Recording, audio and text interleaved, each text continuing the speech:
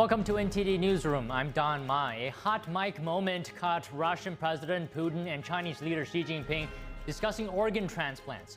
House Speaker Mike Johnson weighed in, calling the conversation "speaking of evil." The U.S. sanctions a Chinese chemical company and two of its representatives. The State Department accuses them of coordinating shipments of illicit opioids into the country. A court ruling deals a blow to the Trump administration's deportation efforts, and the Defense Department deputizes military attorneys to work as immigration judges. President Trump says China, Russia, and North Korea are conspiring against the U.S. What message is Beijing sending with its military parade? A Chinese man engineers a rare protest in Chongqing, China, ahead of the World War II anniversary parade. He managed to flee China with his family. Find out how he did it.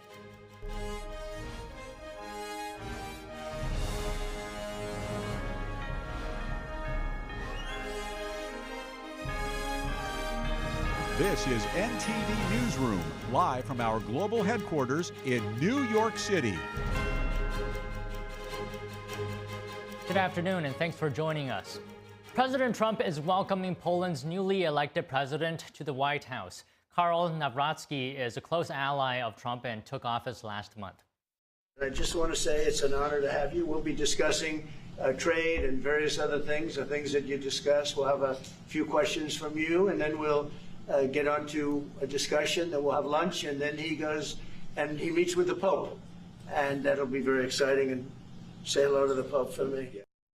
This is Nawrocki's first foreign visit since becoming president.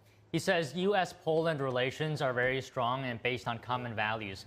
Trump also says the U.S. is much aligned with Poland. Poland shares a long border with Ukraine and has been staunchly opposed to Russia's war. Trump says he watched the military parade in Beijing that involved Russian President Vladimir Putin, Chinese regime leader Xi Jinping, and North Korean leader Kim Jong-un. Trump says these leaders are going to find out how good their relationship with him is over the next week or two. I have no message to President Putin. He knows where I stand, and he'll make a decision one way or the other. Whatever his decision is, we'll either be happy about it or unhappy. And if we're unhappy about it, you'll see you got 7,819 people killed last week. Russian soldiers and Ukraine soldiers, right? Not American soldiers, not soldiers from Poland.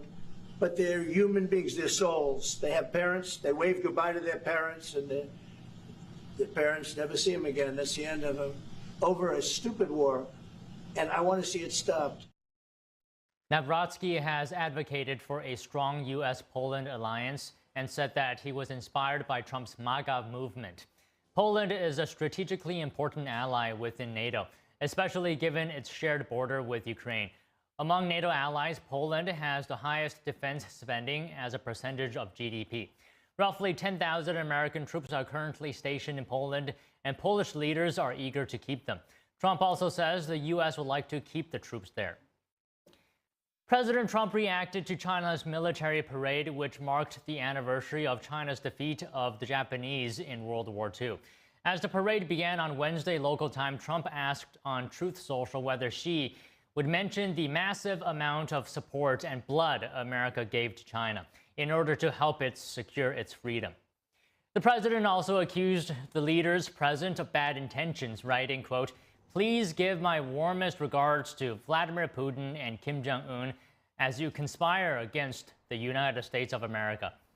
The Kremlin responded today saying Putin was not conspiring with China's Xi and North Korea's Kim Jong-un against the United States. The parade marks the 80th anniversary of Japan's surrender.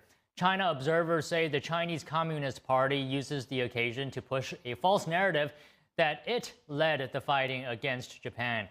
They point out it was the Republic of China's government which ruled China before retreating to Taiwan. The EU also weighed in. Foreign Policy Chief Kaja Kallas said today the leaders of China, Russia, Iran, and North Korea represent an autocratic alliance challenging the rules-based international order. While in China today, Russian President Vladimir Putin met with North Korea's Kim Jong-un.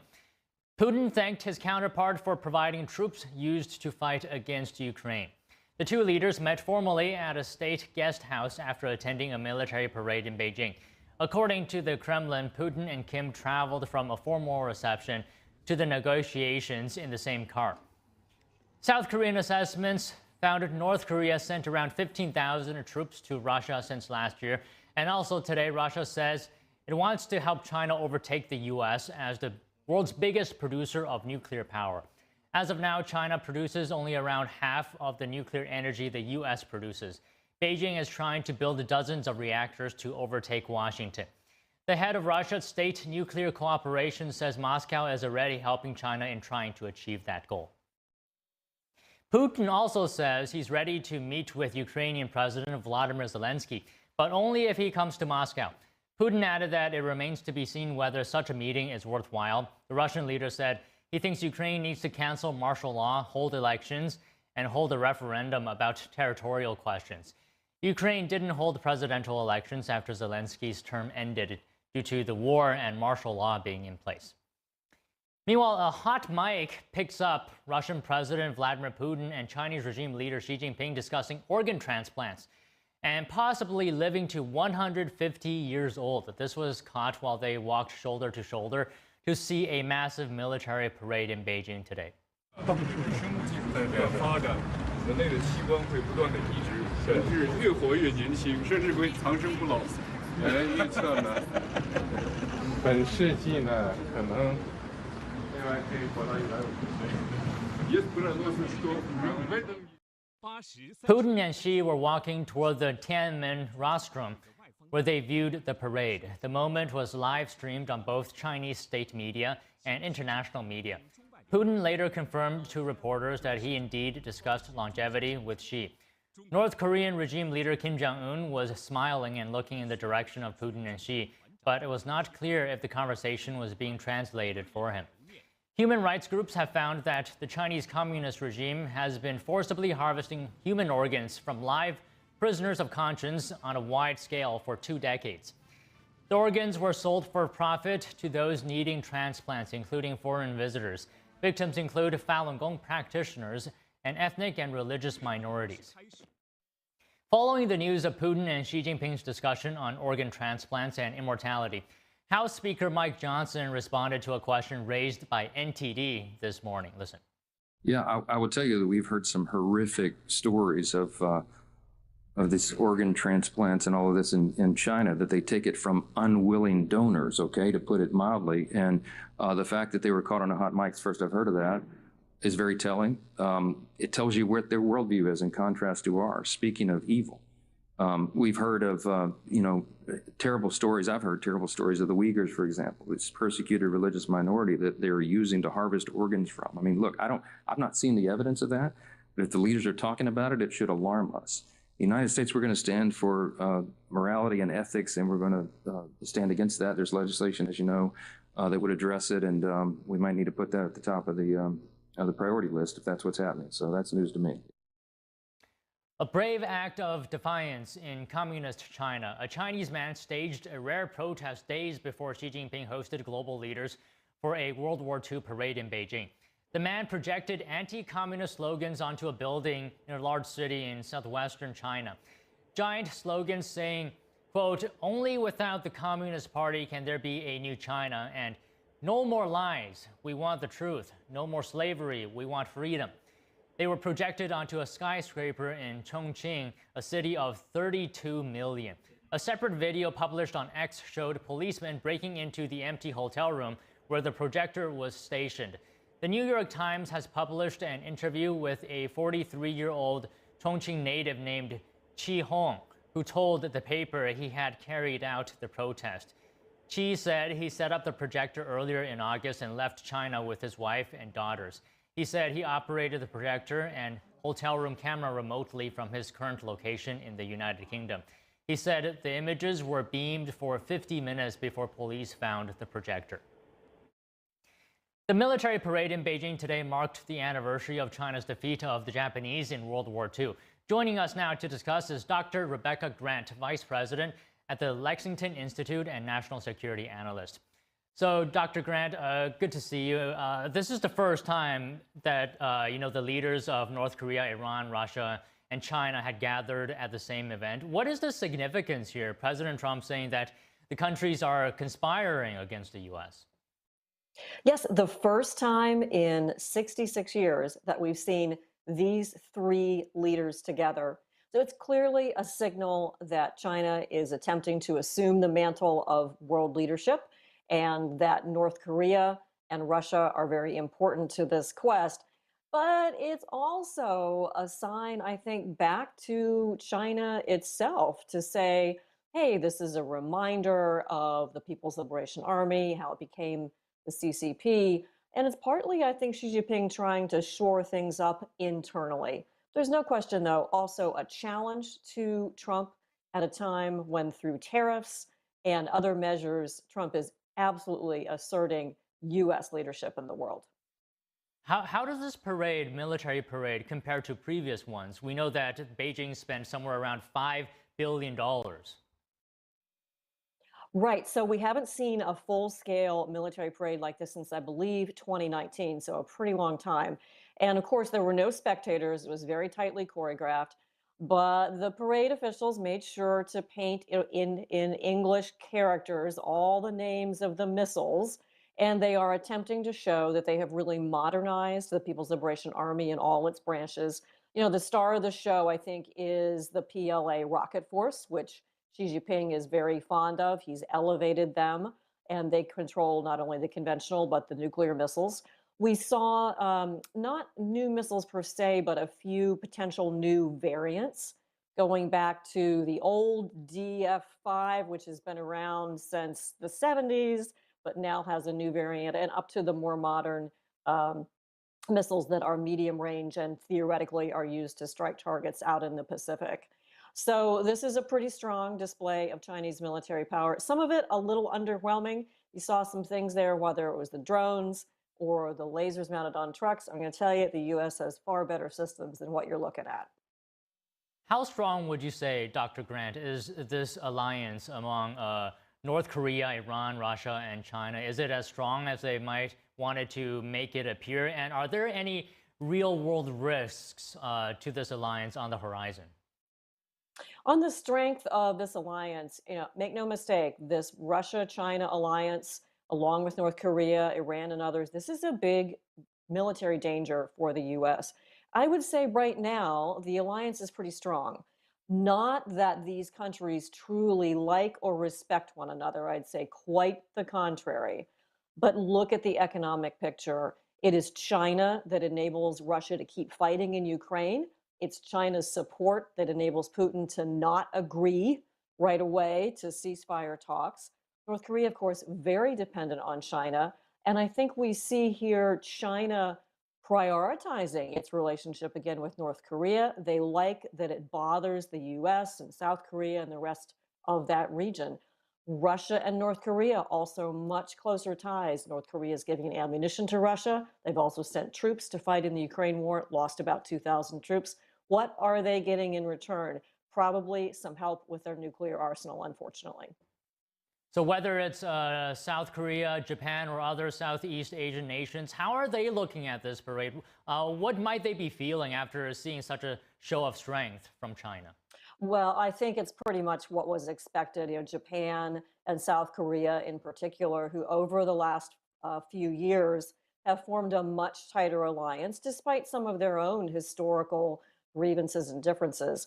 The region sees that China is truly a threat. And other than North Korea, they don't have a lot of allies or friends in this region. In contrast, you've got very strong U.S. alliances with Japan, with South Korea, the Philippines, of course, Australia, New Zealand. And now the real wild card here is India, which has been part of this U.S.-led dialogue in the region. But of course, India's leader Modi attending the meetings before the parade and seeming to want to develop some closer economic ties with China. But again, most of India's interests really lie outside of China and with the West. So I think the region was not surprised by this display. This is why they themselves have been increasing their armaments and welcoming more alliances with each other and with the U.S. So, Dr. Grant, I want to follow up on a previous point you mentioned that the alliance between Russia, China, North Korea, Iran is relatively strong. But you said that they don't necessarily like each other. Does that mean that as long as their interests are aligned, that this alliance will remain strong? Another way to say this is that if the interests diverge, then the alliance won't be as strong. Is that the case? And do you see their interests diverging anytime soon? Absolutely right. It's pragmatic and it's based on interests. Don't forget, China and Russia do have some ongoing border disputes.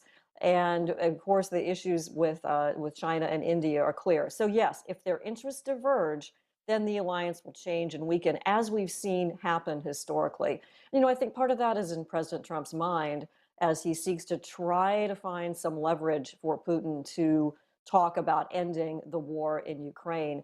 But really, you know, for Russia especially, I think it's a big choice. Russia's economy is sustained on defense production and Chinese purchases of their oil. They are missing out on AI. They are missing out on so many other developments due to sanctions, which is as it should be. But it means that Russia tumbles down the list and is really no longer a major world power economically. And that's kind of the price of being close to China.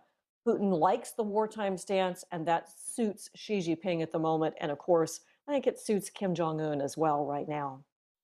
Okay, one last point here, Dr. Gran, and this I found interesting. According to a former professor at Peking University, Yuan Hongbing, who now lives in Australia, apparently the CCP has contingency plans in the event of a Russian defeat in Ukraine. And the plan appears to show that maybe there's a lack of confidence in the Russian regime's stability. How are you reading that? What does Russia's future mean for the CCP?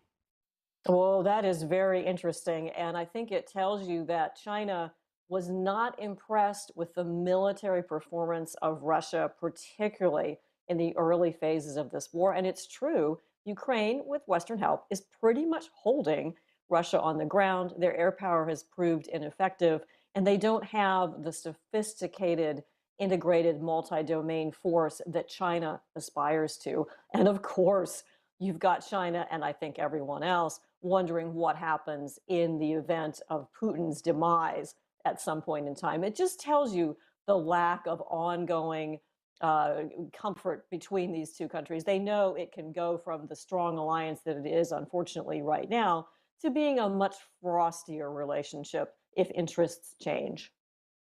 Okay, well, Dr. Grant, thank you very much. We always enjoy hearing your insight. Thank you.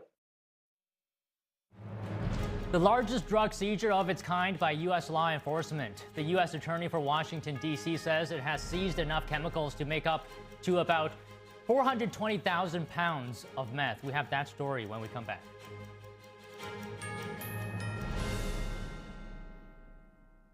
Whispered across generations, a hidden secret unveils the essence of longevity and vitality. A timeless legend regarding energy and wonder. Rooted in ancient health wisdom, we proudly introduce Pure Tang Black Ginseng, a 100% natural organic energy drink made from premium 6-year-old Korean ginseng. It takes 2,260 days and nights from seed to growth, undergoing a meticulous 9-step process of steaming and drying. Black ginseng reaches its full potency, enriched with ginsenoside RG3 and enhanced absorption efficiency. No sugar, no caffeine, no artificial ingredients. Experience the pure, natural power of Pure Tang Black Ginseng. Nourish your body, strengthen your immunity, and boost your energy. To order Pure Tang Black Ginseng, please visit puretang.com.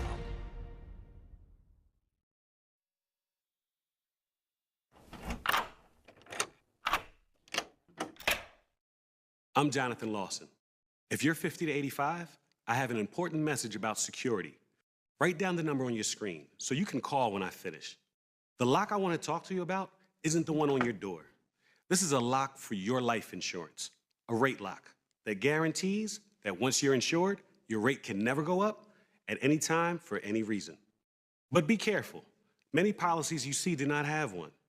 But you can get a lifetime rate lock from Colonial Penn. Call this number to learn more. This plan was designed with a rate lock for people on a fixed income who want life insurance that fits their budget and is simple to get.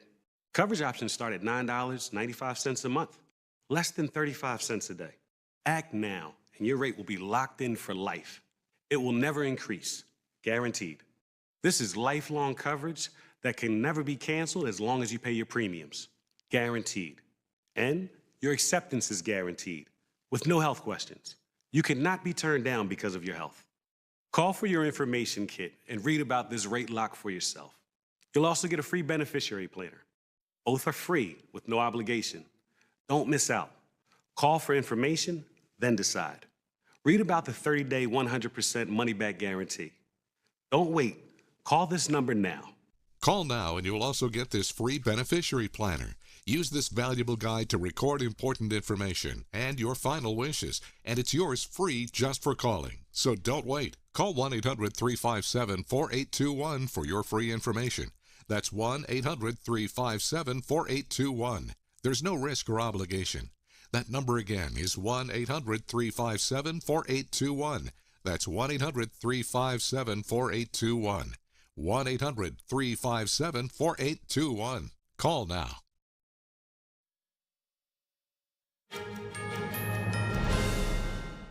More than 300,000 kilos of chemicals used to make meth have been seized off the high seas. It's the first time the U.S. has issued a warrant for materials that support terrorism. This comes after President Trump signed an executive order that allows cartels and other organizations to be designated as global terrorists. This is a first in many ways, and not just in terms of the use of the statute, but in terms of the size of the seizure. And again, I have to tip my hat to those individuals involved in this investigation. This is serious business, folks. This isn't about people just sitting at a desk writing a warrant. This is serious, dangerous business. U.S. Attorney for Washington, D.C., Jeanine Pirro made the announcement this morning in Houston. Her office says this was the largest seizure of such chemicals ever by U.S. law enforcement. Pirro said they intercepted 1,300 barrels of meth precursors tied to the Sinaloa drug cartel in Mexico. She said the shipments came from China. Pirro estimated that the substances could have made about 420,000 pounds of meth. She said the street value would be more than $569 million. Pirro and other law enforcement officials also noted the significance of seizing the chemicals due to the number of lives saved by the drugs not being produced. The United States sanctioned a Chinese chemical company today and two of its representatives. The State Department says they've been manufacturing and coordinating shipments of illicit opioids into the country. The sanctions come amid President Trump's crackdown on drug trafficking into the U.S. The State Department said in a statement today that China plays a central role in the opioid crisis. The department accused Beijing of both failing to stop and actively contributing to the flow of synthetic opioids and chemical precursors into the U.S. According to the CDC, illicit drug overdoses are the #1 cause of death for Americans 18 to 44 years old. U.S. forces have carried out a deadly strike in the Caribbean, targeting a Venezuelan drug boat allegedly linked to the Trendy Aragua gang. President Trump confirmed that 11 members of the group were killed. Here's what we know. In a major shift in Washington's campaign against drug smuggling, U.S. forces in the southern Caribbean sunk what officials say was a Venezuelan narco-terrorist boat. President Trump said the attack left 11 cartel members dead. Trump confirmed the operation Tuesday during a White House press briefing. Over the last few minutes, literally shot out a boat, a drug-carrying boat, a lot of drugs in that boat. And you'll be seeing that and you'll be reading about that. He later posted on Truth Social saying those killed belonged to Trendy Aragua, a U.S.-designated foreign terrorist group operating under Venezuelan President Nicolas Maduro's control. Trump said the strike took place in international waters and no U.S. forces were harmed. Trump said the boat was part of a wider surge of narcotics flowing out of Venezuela. We have a lot of drugs pouring into our country, coming in for a long time, and these came out of Venezuela and coming out very heavily from Venezuela. A lot of things are coming out of Venezuela. So. The strike comes just weeks after Washington doubled its reward for Maduro's arrest to $50 million, accusing him of running an international narcotics network. The U.S. also deployed several warships to the waters near Venezuela. Maduro responded by mobilizing militias and vowing Venezuela will never yield to U.S. pressure. Secretary of State Marco Rubio commented after the strike, saying cartels destabilize not only the United States, but the entire Caribbean basin. So the president's been very clear that he's going to use the full power of America and the full might of the United States to take on and eradicate these drug cartels, no matter where they're operating from and no matter how long they've been able to act with impunity. Those days are over. Rubio emphasized that U.S. naval patrols will remain in the region for as long as traffickers use Caribbean routes. He's on a regional tour to reinforce the administration's policies. Rubio arrived in Mexico City Tuesday to meet with President Claudia Sheinbaum and Foreign Minister Ramon de la Fuente. They were set to discuss drug trafficking and illegal immigration. He's scheduled to travel to Quito, Ecuador, to continue discussions on regional security and migration issues. Meanwhile, the Prime Minister of Trinidad and Tobago voiced support for the U.S. strike. He said, quote, "I, along with most of the country, am happy that the U.S. naval deployment is having success in their mission." The Prime Minister added, quote, "The pain and suffering the cartels have inflicted on our nation is immense. I have no sympathy for traffickers." The Prime Minister said that restricting illegal guns, drugs, and human trafficking would decrease violence in the region. And a setback for the Trump administration's deportation push. A federal appeals court ruled yesterday President Trump unlawfully used the Alien Enemies Act to expel Venezuelan illegal immigrants accused of gang ties. NTD's Daniel Monahan has more on that and other border enforcement updates. In a 2-1 decision, the 5th U.S. Circuit Court of Appeals ruled it found no invasion or predatory incursion by the criminal gang that Trump cited in a proclamation invoking the Alien Enemies Act. The court ruled the act can't be used in this case, but noted removals may proceed under other immigration laws. Trump signed the proclamation invoking the act on March 15th, stating that members of Venezuela's Tren de Aragua criminal gang have unlawfully infiltrated the United States. The case stems from a lawsuit brought by a group of alleged Tren de Aragua members being held in Texas. Meanwhile, the Defense Department announced Tuesday it will temporarily deputize military officers and certain civilian attorneys to the Justice Department to work as immigration judges. The military attorneys will be granted authority to preside over immigration court hearings. The DoD says the attorneys were requested by the Department of Justice and will help reduce immigration court backlogs, which currently number 3.4 million cases. A group of Trump voters interviewed by Reuters responded to the president's work on border enforcement. Well, I think he has done a good job closing the border, and I think that he is on the right track trying to round up these criminals that are in the country illegally and deporting them. No problem with people coming through the front door, but don't come through the back door. Because if you come through my front door, we will shake hands. You come through the back door, you might see my gun. I have friends too who are in the country without status, but they're good people and they're hardworking people. And that's what we want. We don't want terrorists coming into our country. We don't want child predators and rapists and bad people, people who are DUI for the 4th time. What is that? That's not right. The Department of Homeland Security Tuesday announced reimbursement opportunities for its local state and law enforcement partners, supporting ICE's crackdown on illegal immigration. For example, a state trooper could identify an illegal immigrant at a DUI checkpoint and then report the discovery directly to ICE, where a supervisor would determine the next steps. The DHS says that trained officers may also exercise limited immigration authority as active participants on ICE-led tasks. Law enforcement agencies will be eligible for quarterly monetary performance awards. Those awards include $1,000 per officer for 90 to 100% success, $750 per officer for 80 to 89% success, and $500 per officer for 70 to 79% in locating illegal immigrants.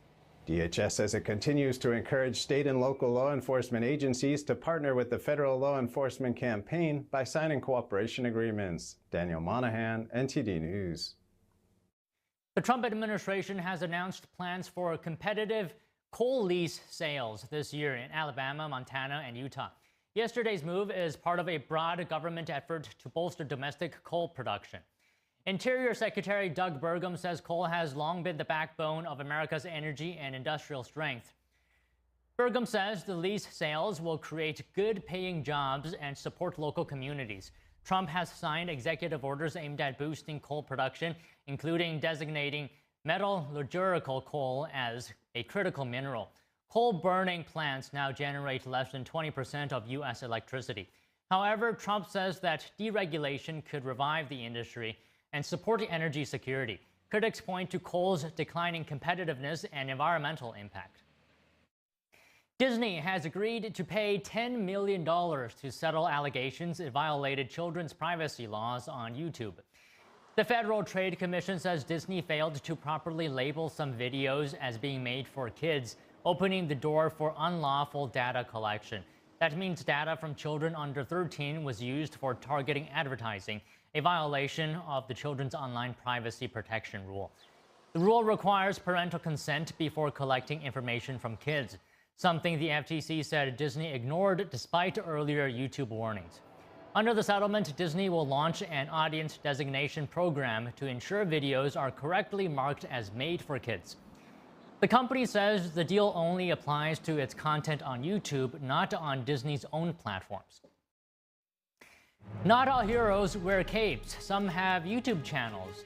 They helped take down a massive fraud ring stealing from U.S. seniors. Find out more about that after the break.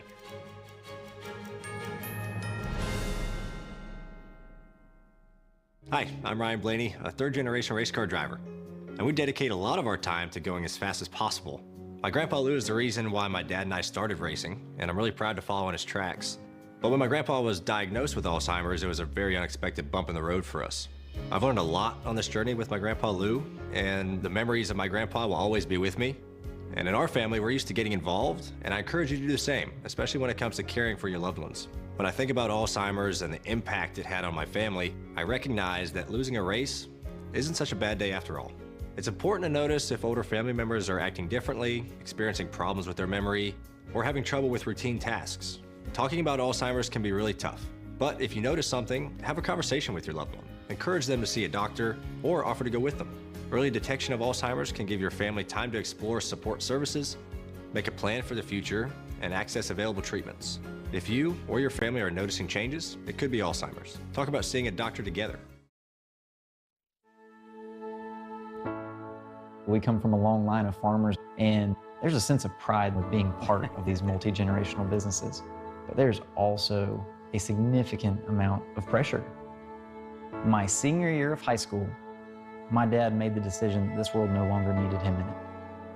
I don't know if he was overwhelmed by the bills and checks that weren't going to be coming in because of the strawberries dying off, but it breaks my heart that my dad made a permanent decision for a temporary issue. Don't feel like you have to go through it alone. Farmers have to take care of their physical and their mental health, because what's a farm without a farmer? In the mornings, that's my time. Watching the sun come up, I can have a cup of coffee and exercise if I want to. It helps me start the day with a sense of gratitude. Yay! Every day is a new opportunity. Don't forget to check in on yourself. Love, your mind.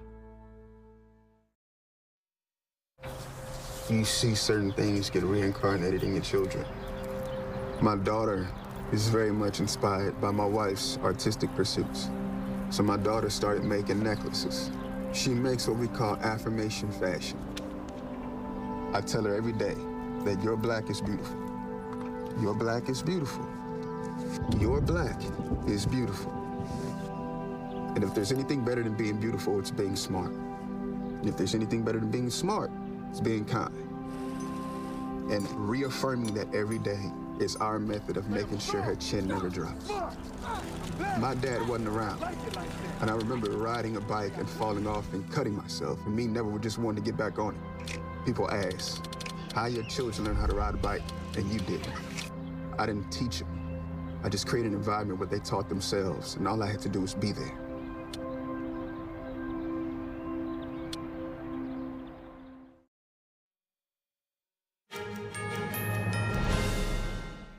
Federal prosecutors say a group of YouTube creators helped take down a massive fraud ring that stole more than $65 million from U.S. seniors.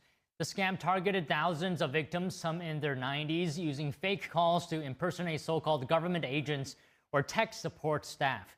The victims were tricked into sending money by wire, cash, or even gift cards. Authorities say the operations were run by Chinese nationals working with scam call centers in India.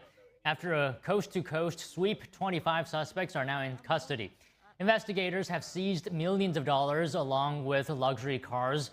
But here's where it gets unusual. YouTubers known for scam baiting targeted fraudsters, recorded confrontations, and then handed the evidence to the FBI. Videos from the channels like Scammer Payback and Trilogy Media helped prosecutors identify key suspects. Officials say these videos were crucial in cracking the case and proving that sometimes the internet fights back. A Taiwanese official says the CCP is commemorating a war victory in which it played a minimal role. Joining us now to discuss is Trevor Loudon, an author, filmmaker, and public speaker. For more than 30 years, he has researched Marxist and terrorist movements, as well as the influence of the Chinese Communist Party. Trevor, good afternoon. Thank you for joining us today. Would you mind walking us through what really happened in China's defeat of Japan in World War II, and specifically talk to us about the role that the KMT played and the CCP? What were their actual contributions? Well, the CCP was using the KMT, the Kuomintang, to fight the Japanese, while the CCP largely stayed in the hinterlands in the northwest of China. They only started to march down into the main part of China through the famous Long March when the war was nearing a close, when it was clear that the Japanese were in retreat. And there is evidence that the CCP was actually sending information to the Japanese as well. So the Kuomintang was doing all of the work. The CCP was just staying in the background when the Kuomintang was exhausted and the Japanese were forced from the country and had to go and fight the Americans in the Pacific. Then the CCP came in and claimed this wondrous victory. So it's a complete fraud to say that the CCP liberated China from the Japanese. They could have, if they had collaborated with the Kuomintang, honestly, they could have driven the Japanese out probably earlier, but that did not suit the CCP. They wanted to wear the Kuomintang down as much as possible so they could defeat them. And I want to continue on that point that you just mentioned. Even Mao Zedong suggested that the goal was not primarily to defeat Japan, right, but to self-develop. What does that mean, and what was their goal? Why was this the goal? Well, the goal was to have a Chinese takeover, a CCP takeover of China, and the Kuomintang was the main opposition. So they had to be sacrificed to the Japanese. Meanwhile, the CCP was running a protracted people's war in the countryside. They were building up their forces in the countryside, coming down into southern China through the Long March, and building up guerrilla forces in the countryside, much as what was done in Vietnam many years later. And so a self-development was to use the time during the war to develop the strength of the CCP on the ground in the countryside in preparation for a final takeover when the Japanese were driven from the country. But the whole goal was to establish communism. The Japanese was secondary. The Japanese were useful in that they destroyed much of the KMT's fighting forces, and the Chinese the Communist Party just exploited that, as they traditionally do. They never fight when someone else can do it for them. Sun Tzu taught them that. How did the CCP expand? How was it able to expand political influence during the war, during the fighting? Well, it was huge propaganda. They were doing all sorts of things to counter the Kuomintang. They were spreading, false currency, counterfeit currency into Kuomintang-held areas. They were spreading lots and lots of propaganda. They were sending their cadre in to propagandize the villages, not against the Japanese, against the Kuomintang. So it was always, the main blow was always going to be directed against the Kuomintang, because the CCP knew that the Americans would eventually defeat the Japanese. So their role was really not to worry about the Japanese, but to defeat the Kuomintang and take credit for it. So there was massive propaganda being spread in preparation for when the Japanese were gone, so that there would be a fairly easy takeover. And then, of course, the traitors in the US State Department, the Soviet agents in the US State Department, defunded the Kuomintang military, which pretty much guaranteed a Chinese Communist Party takeover. That's an interesting point there. What exactly led to the KMT's post-war decline? Can you elaborate further on that? Well, there was Marshall, the general. He basically defunded. Much was what happened in Vietnam years later. The South Vietnamese military was defunded by the US Congress, leading to the communist takeover. In China, this was orchestrated by Soviet agents inside the State Department, who were putting out propaganda to the Roosevelt administration that the Kuomintang was hopelessly corrupt, that the CCP was winning the hearts and minds of the people, that it was a waste of time backing the Kuomintang and better to just let the communists take over. And anyway, they would say, Mao's army, they're not really communists, they're just really agrarian reformers. All this kind of propaganda was really coming, so the CCP was spreading its own propaganda to the people on the ground in China, but the communists in the US State Department were spreading Soviet and Chinese propaganda into the Roosevelt administration to make the Roosevelt administration give up, to give up the war, to defund Chiang Kai-shek's forces, the Kuomintang forces. So China was betrayed. It was really taken over by a combination of the Soviet Union, the CCP, and US traders in the State Department. Do you think that KMT had any suspicion at all that the CCP wanted to take over China, that it will have to confront the CCP after the war ended? Oh, yeah, look, absolutely. They had no illusions whatsoever. The Kuomintang and the Communist Party had worked together before the war and had relationships. They knew how dirty the CCP played, but they had to get the Japanese out. That was the priority, and they hoped that they could deal with the CCP after the war. But what they didn't expect, I think, was the deep penetration, because it wasn't fully understood then. But the Soviets had 400 agents in the Truman administration, and many of them in the State Department and in agencies that dealt with supporting the Kuomintang. So they were betrayed.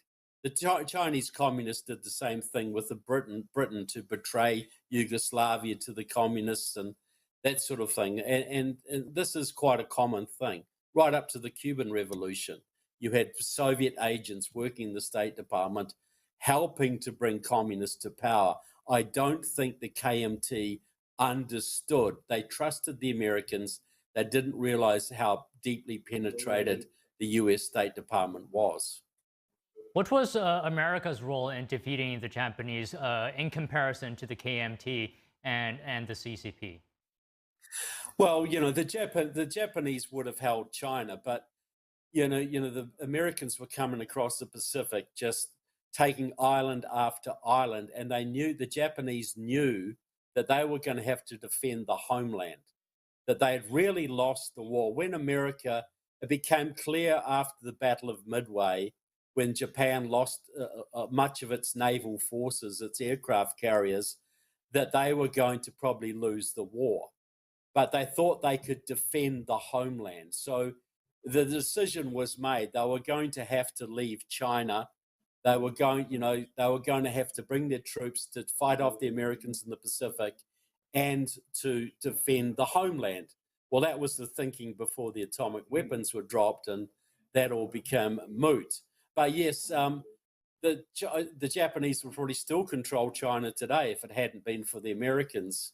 The Japanese had much of China tied up. They had a much superior military, and the Kuomintang and the communists were fighting each other. So the Japanese could have held on for a long time had the Americans not fought so heroically across the Pacific. So Trevor, I just have one more thing, and I want to follow up on one thing you said at the beginning of this conversation. You said something along the lines that the CCP was providing information to the Japanese. What did you mean by that? Well, this has been reported on. I don't have it right at hand right now, but there was evidence that the CCP was supplying military information to the Japanese to enable them to keep the Kuomintang at bay. So this is a typical communist strategy of supplying, supporting the enemy. Like, during World War II, the Soviet communists were cooperating with the Nazis, until the Soviet Union was attacked. The communists will always supply information to anybody that's going to help them in their cause. So they considered the Japanese in some ways an ally, because the Japanese were tying up the Kuomintang and destroying the Kuomintang, and the Kuomintang was really what they saw more as their enemy than the Japanese. You know what I find really surprising is that the CCP is providing information to the enemy and then taking credit for winning the war. Well, all right, Trevor. That's one last comment. Practice. This is standard practice. The Chinese Communist Party did not liberate China. America liberated China. The CCP and the Kuomintang liberated China. But they can't let the Kuomintang create the credit for that. But this is typical communist rewriting of history.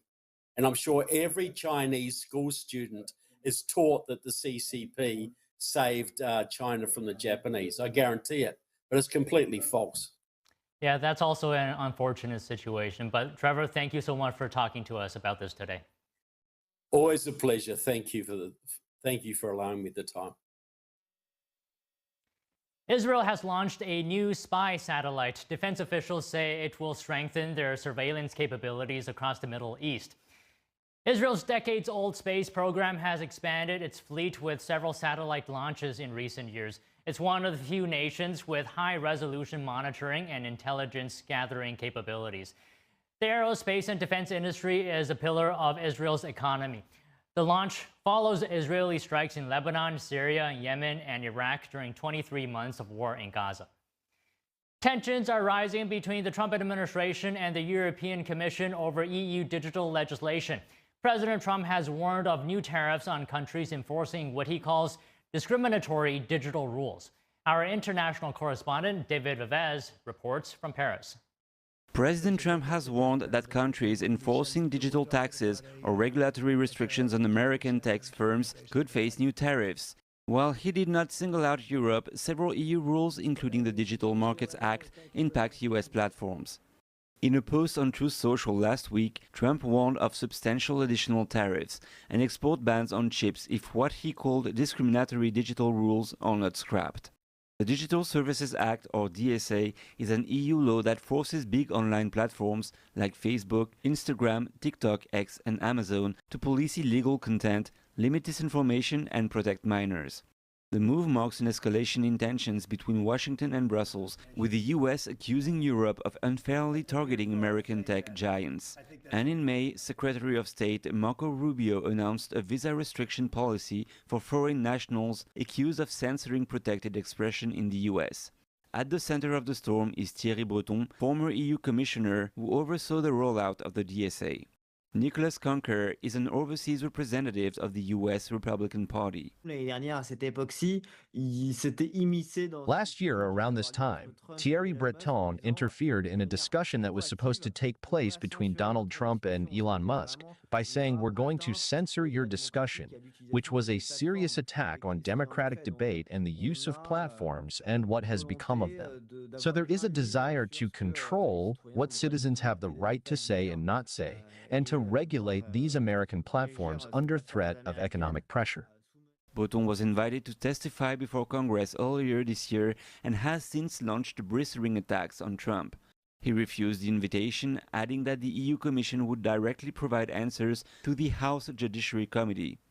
Breton accused the US of punitive blackmail and called on Europe to stand up to what he called American bullying, arguing that regulating online platforms is a matter of European sovereignty. Nicholas Conker says the US administration's move comes at a critical moment for social media platforms in Europe, which are targeted by the DSA. There are some who strongly oppose it and others who give in, but we can see that platforms such as Rumble, in particular, refuse to bow to pressure, even if it means leaving certain European markets. Telegram as well, whose founder has voiced serious concerns about the pressure he's under. What we are seeing now is a reaction that truly reflects democracy, saying it is not for unelected rulers to impose their will by restricting speech on platforms. I believe pressure should instead be directed at those who create these laws, which, under the guise of moderation, affect both American users and political voices worldwide, voices that are already restricted, locked down. For U.S. companies, the DSA means strict oversight and fines of up to 6% of global revenue for violations. David Vives, NTD News, Paris.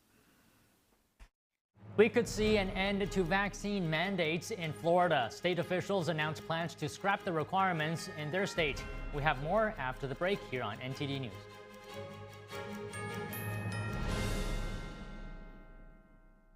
Big things are happening at Mathis Home. Come in now for 65th anniversary savings all over the store. Like this oversized sofa in an ultra soft fabric with thick premium gel cushions and 5 throw pillows.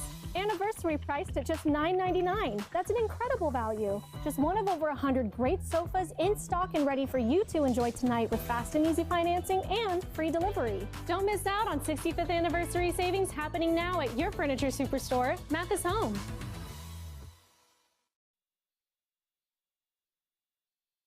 6-pound prescription glasses from Select Specs are always great value.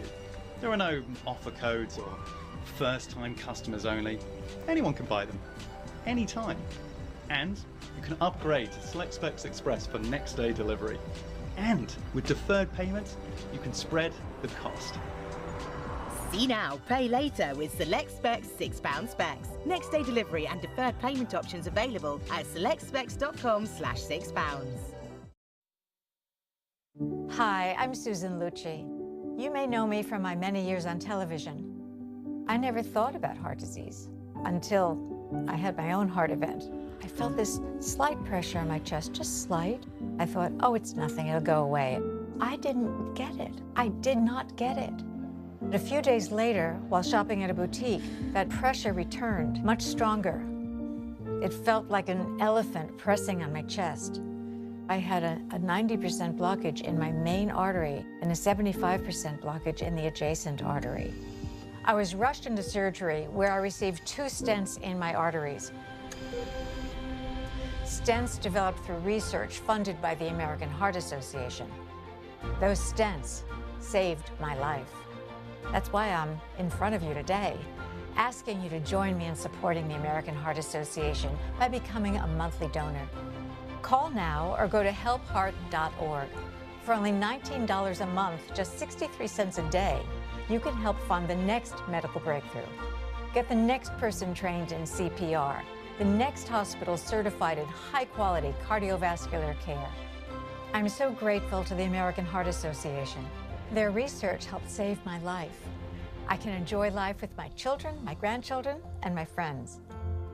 Heart disease is America's #1 killer. And your support now can help save your life or the life of someone you love. Give $19 a month with your credit card, and we'll send you this special t-shirt that you can wear to show that you are helping save lives. Please, listen to your heart. The only reason I'm here today is because I did. So please call the number on your screen or go to helpheart.org now. Join me as a monthly donor today and help save even more lives. Thank you.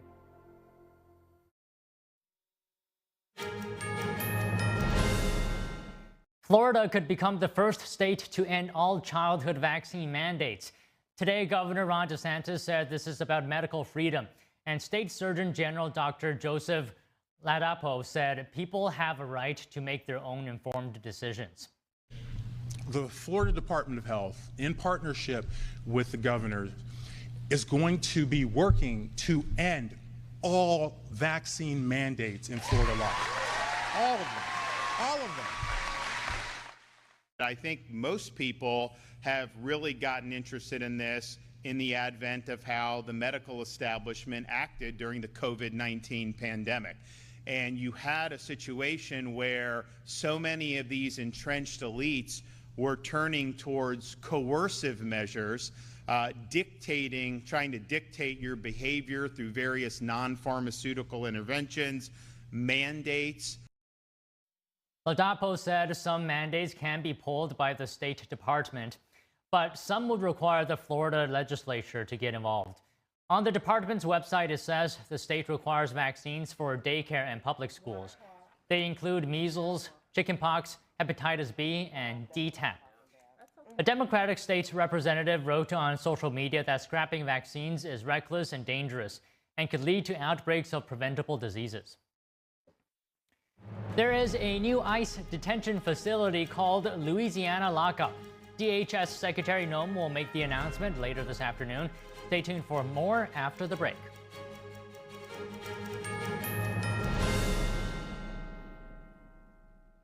Is deep-sea fish oil really healthy?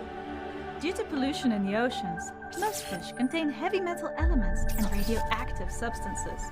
That's why it's so important to choose a pure source of omega-3. Puritang green vegetable omega-3 is made from purslane and perilla seeds, which are rich in nutrients and minerals, especially vitamins A, D, E, calcium, and iron. With natural processing and no harmful chemical additives, it has more than 90% concentration of omegas 3, 6, 7, and 9. It effectively improves brain power and is beneficial to the heart's health. Puritang omega-3 does not smell of fish and contains no pollutants, so both adults and children can safely and easily consume it over a long period of time. Puritang green vegetable omega-3, greener, healthier, and more effective. Visit puritang.com to learn more. Amazing grace, how sweet the sound that saved a wretch like me. I once was lost, but now I'm found. Was blind, but now I see. They're just young people, hungry, homeless, and vulnerable. Abused youth often feel safer on the street. Now, more than ever, that's the most dangerous place of all. Covenant House is helping young adults facing homelessness. We're providing safe shelter to thousands, but the need is overwhelming, and no young person is ever turned away. Please call or go online now with your gift of $19 a month to help a young person. You'll provide safe shelter, hot meals, and medical care. Your gift will show them they're loved. Homeless young people are afraid and alone with nowhere else to turn. You want to know that there's somewhere you can go that's safe. So the Covenant House did that for us. Please call now with your gift of $19 a month We'll send you this blanket as a reminder of the comfort your gift provides a young person tonight. Please don't wait. Your gift is the lifeline a young person needs now. Call the number on your screen or go online to safeplacetosleep.org.